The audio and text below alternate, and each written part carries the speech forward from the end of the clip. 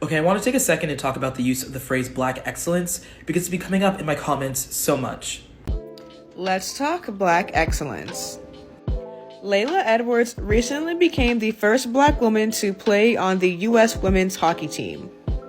Layla is just 19 years old and was previously playing at her college, the University of Wisconsin-Madison. When interviewed about being the first black woman on the U.S. hockey team, Layla said, "Not to sound ungrateful, but it would have been nice to have someone that looked like me on that team before me. I'm glad that I'm able to be that someone for another little black girl out there." Overall, representation is so important. Have you all heard about Layla Edwards? And if you like learning about black excellence, hit the follow button. When someone says black excellence, it's used to refer to the success of someone that's black in a space that's traditionally not been open to black people. So for example, as late as 1959, African Americans were turned away from medical school simply because of their race. That's only 60 years. That could be your parents' or your grandparents' generation. Even today, the number of black physicians is less than 6%, compared to 15% of the US population. That means that there's still barriers for students of color wanting to enter into STEM careers. Black excellence is not excellence because you're black. It's succeeding in spite of the fact that historically, these spaces have kept black people out of them. And it's important to highlight black excellence so that people who have often not seen themselves in these spaces realize that they belong there too, and we can begin to change the narrative. Black people have superpowers. Let me tell you why. Think about it, yeah. If life is a game, then being black is like the highest level, like your game, like the player of the game, like the highest form of the creation of the hilly-pillification. Like, it just, if you think about it, yeah, being black, yeah, in any industry, whether it's rapping, football, being an athlete, influencing, modeling, whatever it is, they're just winning. World record marathon run was run in 1 hour and 59 minutes and like some odd seconds by a guy named Iliad, close to Ilya. Very cool. You understand how fucking fast it is? A marathon is 26 miles. So his pace per mile was 4 minutes and 34 seconds. Oh, he was like sprinting the whole time. He sprinted the whole thing. Wow. That's bananas, dude. He sprints from 0 to 26. Wait, how long did it take him? 1 hour and 59 minutes. Wait, no, wait, what? Yeah. It didn't take him an hour to run 26 miles. Hour and 59 minutes, yeah. 2 hours to run 26 miles. Pretty much, yeah. No fucking way. Swear to God. I'm calling shenanigans. No, dude, look it up. There's a whole documentary on him. It's nuts. He's like superhuman. He sprinted 26 miles, and he's only 5'6". That's why you bring this up. Yeah, right? Like, Short Kings Unite. Do you know what some nations call athletics? They call it Black Appreciation Day. Because the only way to beat black people is by cheating. Observe. This individual is in her own lane and she sees the black girl's getting ready to do her thing and she has to block her. Yeah? When it comes to black dominance, there is no easy way to speak about this. You see, black people are excellent. And the only way to stand a chance is to cheat. Some of you don't believe this. Some of you recognize that this is the way. And that's why black people are constantly targeted. 50 years, 70 years, even in 100 years, black people are still going to dominate. So do you know what? Do me a favor. Put your fist in the air and tell our opposition, come if you dare. We're still going to win. And there's nothing you can do to stop us. A Kenyan athlete was so fast at the Chicago Marathon that she's now getting accused of doping. Ruth Chepngetich shaved off almost 2 minutes from the world record. In recent years, there's been a number of doping positives in Kenya. What would you say to someone who says, when they see 209.56, just says, this is too good to be true? I have questions about it.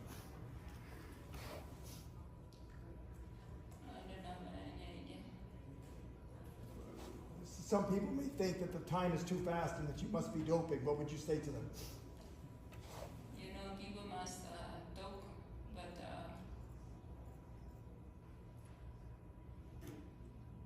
people must dope. So I don't know. I feel so great. I am much proud of myself, and I thank God for the victory and the world record. This is my dream that has come true. I fight a lot. Kenyans just dominated the Chicago Marathon a year after Kelvin Kiptum set a record there. Ruth Chepngetich shattered the world record. She's become the first woman to run under 2:10, and she dedicated her win to Kelvin Kiptum. And John Carrere, only 27, also winning in Chicago, his first major marathon victory. Today it was feeling nice to run 202 and run my PB and win Chicago. You know, when we were coming here, we were going for the win, we were not going for the time. Jackie Joyner-Kersee, the American track and field athlete, made history as the first woman to win back-to-back Olympic gold medals in the heptathlon. Her remarkable feat was achieved in the 1988 Seoul Olympics and the 1992 Barcelona Olympics.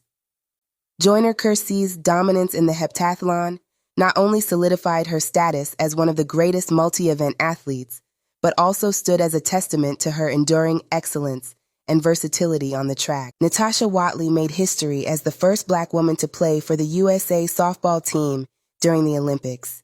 She competed in the 2004 Athens Olympics, where the team won a gold medal. Watley, a standout shortstop, was renowned for her speed, defensive skills, and consistent hitting.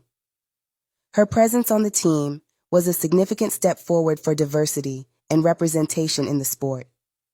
Beyond her Olympic success, Watley has continued to contribute to softball as a coach and mentor, inspiring the next generation of athletes. Hello and what's up, my good and beautiful people. Welcome back to the channel. I hope you're doing good from wherever you're watching me from, and in case you're coming across this channel for the first time, then allow me to warmly welcome you to this channel.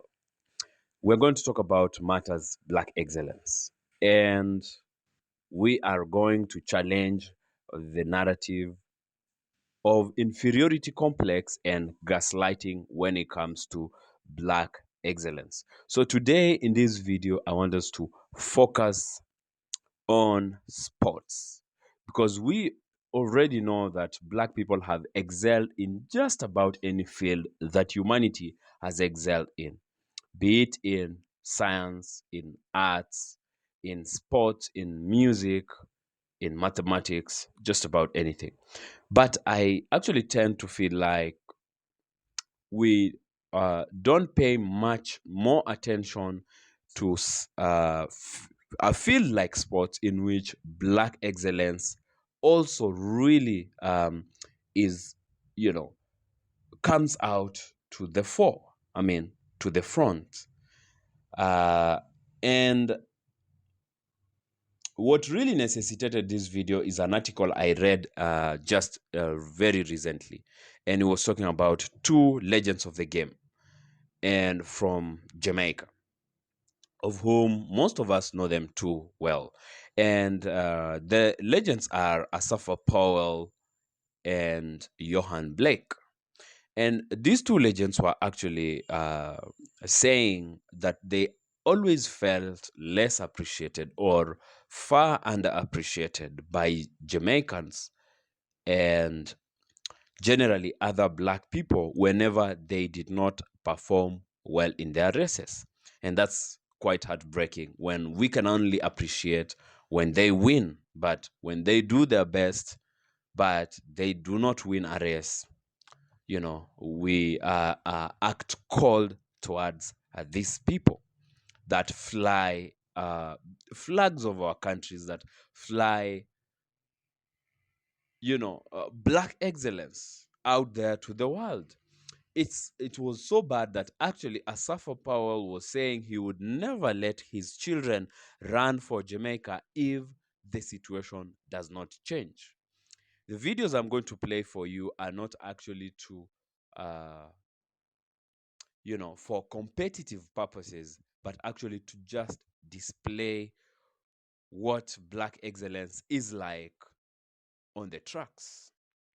And because we excel so much when it comes to sports, we are going to be doing maybe more of these videos in the near future. So let's just go straight to the tracks first. Black women in sports like Shelly Ann Fraser-Price and CarriRichardson don't just break records, they do so with character and swag. But behind the show, these women often face bombardment from all sides, even when they aren't breaking any rules.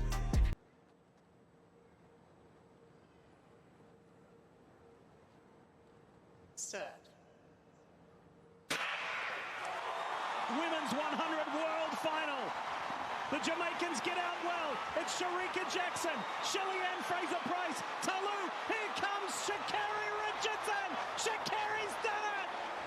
Sha'Carri Richardson has won the world title. She had to come from behind in the semi, but when it counted, she has done it.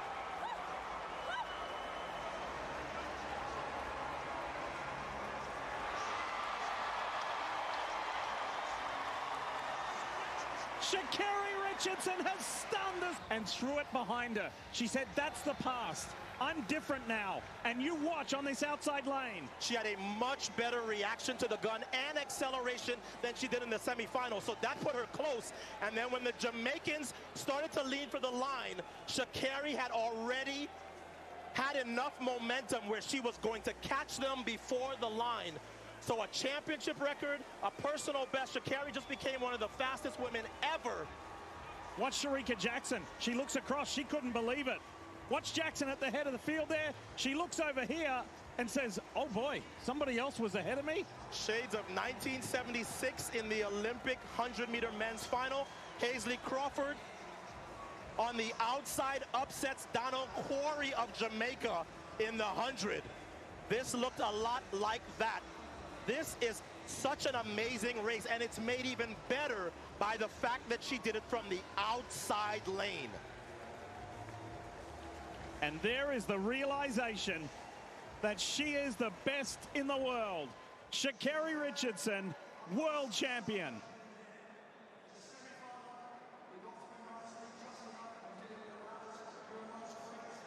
That has to feel good. This has been a long and at times problematic road, and she has risen above all of the challenges. Look at that. Championship record to go along with a championship title. This is Sha'Carri's first time being on the... Little bit of revenge on that woman right there, Sha'Carri Richardson, because Sharika Jackson thought for a second she had won the World 100-meter title. It didn't happen. She was shocked by Richardson. Here's Gabby Thomas. As Sonia told us, she's got fresh legs. No 100 for her. Here's the NCAA champion, Alfred. Does she have one more big race in her? Daryl Needham of Great Britain. After making the Olympic 100 final, now she's made a world final. This is Dina Asher-Smith, her teammate, who reigned supreme in 2019, but has had injury issues since. She was only 8th in the 100, so what can she do here? And also rounding out the field there, that's Mary Jose Talu. I mean, a picture of consistency, guys. She's been one of the best female sprinters in the world for over a decade. Unfortunately, was in that 4th spot again in the 100 meters, and a tough lane draw for her there in lane 2. One thing is for sure, I feel like the medals are going to come from the outside lanes. We keep saying it. We haven't had a bad final yet in the field event or on the track, and this is guaranteed to be another buzzworthy performance. The women's 200 final away. Sharika Jackson, Sha'Carri Richardson on the outside has already been passed. Here comes the world champion Jackson. Sharika Jackson into the home straight. She has put her stamp on this event. She's going to go back-to-back for Jamaica, the first since Marlene Honey, and she crosses in 21:41. Wow, that is a meet record. She is getting closer to FloJo's world record. She is now just 0.07 of a second away as Gabby Thomas gets the silver.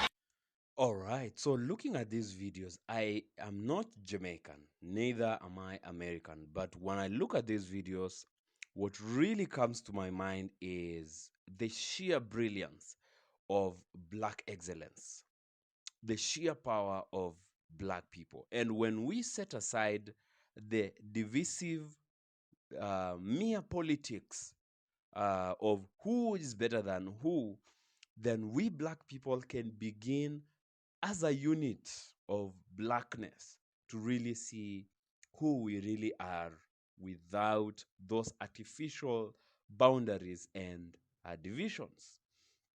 But for sure, gaslighting exist, and it is a tactic that is being used by the imperialists to make us not really see who we are. And you will realize one thing: whenever the imperialist is not as so able to compete with black people in a given field, then the next thing they do is they try to shift focus from that particular thing, that particular field, so to make it look like it's not very important. But whenever they excel in something, then they make it the center of everything. That is exactly how inferiority complex and gaslighting seeps into the system. So black people across the globe have excelled in science, in arts, in music, in sports, in innovation, in activism, and beyond, often despite the systemic barriers that are being set against black people. Yet, our achievements are often or downplayed or actually stolen, like black inventors, black inventions. We talked about this in some videos in the past. They are rarely, we black people are actually rarely taught of our own greatness, or in schools, or you know, we cannot even get a chance to appreciate our own greatness because it's hidden. Instead, history actually focuses on the oppressions and oppressors, not in our resistances or our brilliance. And then celebrating themselves is sometimes seen as arrogance, defiance, while celebrating the oppressor can be seen or regarded as normal. We are taught to be humble and accept what is there. That is when they limit you from celebrating who you really are. Now, let's get deep into this concept of gaslighting. So, gaslighting black people into devaluing their own cultures, histories, and identities while glorifying the imperialists' concepts or perspectives has been a long standing tactic of control. And this is how it actually works. So, erasure of black history. So, colonial powers and imperialists and the slave masters actually deliberately suppress and distort African history, Caribbean history, African American history, any kind of black history. Painting the continent of Africa, for example, as a place without civilization, without so much value, and this makes generation of black people grow up believing that they come from nothing worth respecting and appreciating. And then there's a concept of elevating or elevation of the colonizer. So European culture, languages, and religions were presented as the ultimate standard,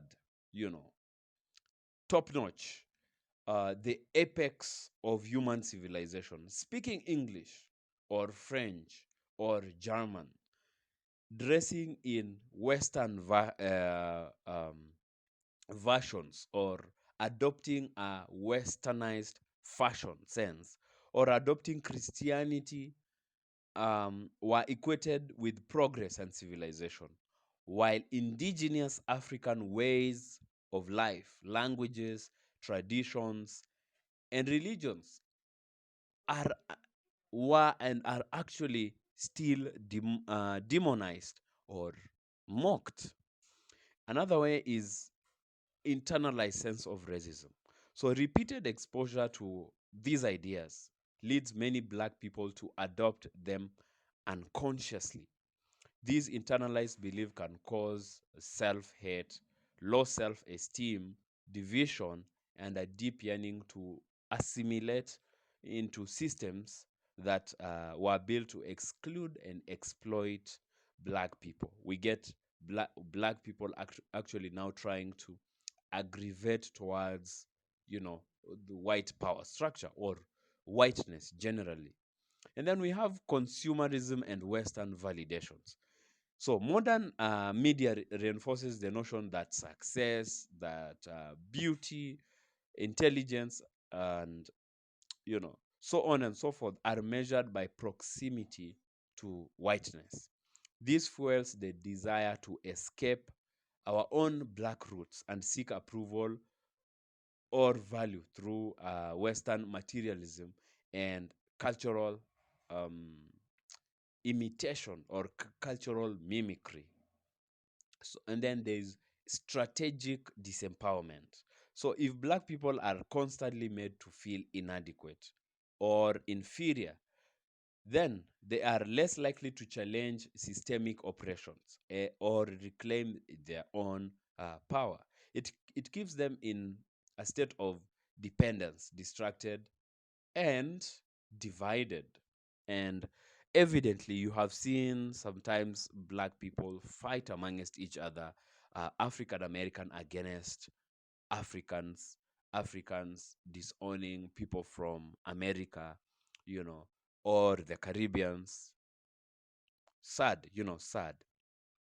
But this is a way for the imperialists to make sure you are distracted from actually appreciating who you really are. So, there are just a few ways in which I have observed recently on how, gaslighting is at its peak. And one of them is believing Africa has no value uh, uh, uh, unless the West validates that value. And when I talk about Africa, is actually at my term for black people. So it validates. So if it's not actually backed by the US or Europe, it's not the best. It's not real. Such concepts, whether it's African innovations or African dressing style, African music, or African political systems, many people won't take it seriously until the West, until Europe or the United States have approved of the same. Another one is glorifying foreign standards over indigenous uh, uh, indigenous ones. So Western education is better, European beauty is superior, foreign accents sound more intelligent. This reflects deep internalized conditioning to see imperialist ways as more advanced, or even making black people's ways as less civilized and harmful, sometimes dangerous. Another one is cultural shame. Like, I don't want to wear traditional clothes. I'm not teaching my kids our own language. The shame comes from being conditioned to see one's culture as backward, as primitive, as embarrassing. Brainwash at its peak. And then there's over celebrating Western success while ignoring local brilliance. This is exactly what is happening when it comes to sports. So, praising, for example, Elon Musk while ignoring black scientists, tech entrepreneurs, and visionaries from the continent or the diaspora is one way in which gaslighting takes place in very subtle ways. And then there is distrust and division among black people globally, sadly.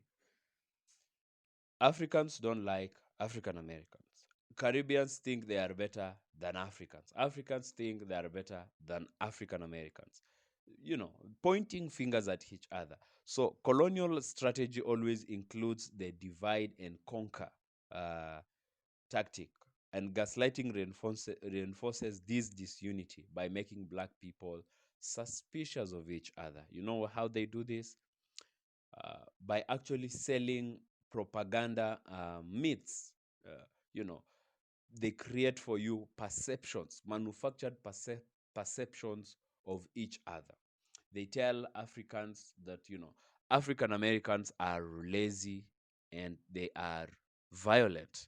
They tell African Americans that, Africans are primitive and uncivilized. And then another way is skepticism of black excellence. Are you sure we made that? Are you sure black people did that? Are you sure black people, this civilization was there before the coming of Europeans to Africa? Are you sure black people are the ones who created the pyramids of Egypt and Sudan? That is skepticism. This sounds too good to be African. While we can see black people outrunning everybody on those tracks, while we can see those black beauties just doing their thing, magical, wonderful, and it's their thing. You can see from the outermost line to the innermost line that they're the only ones. You might find just one foreigner.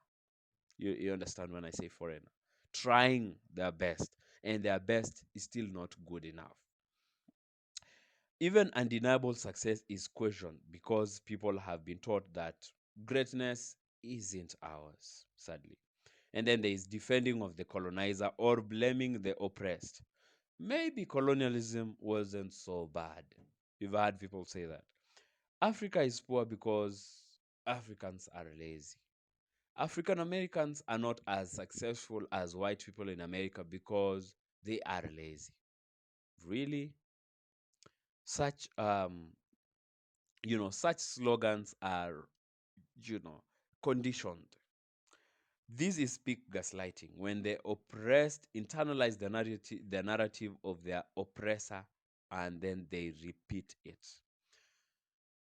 I really, really just think it's time for us to really begin to appreciate our own selves, our own greatness, without having to wait for anyone else to tell us that we are great, because we surely are already great before anyone tells us this greatness.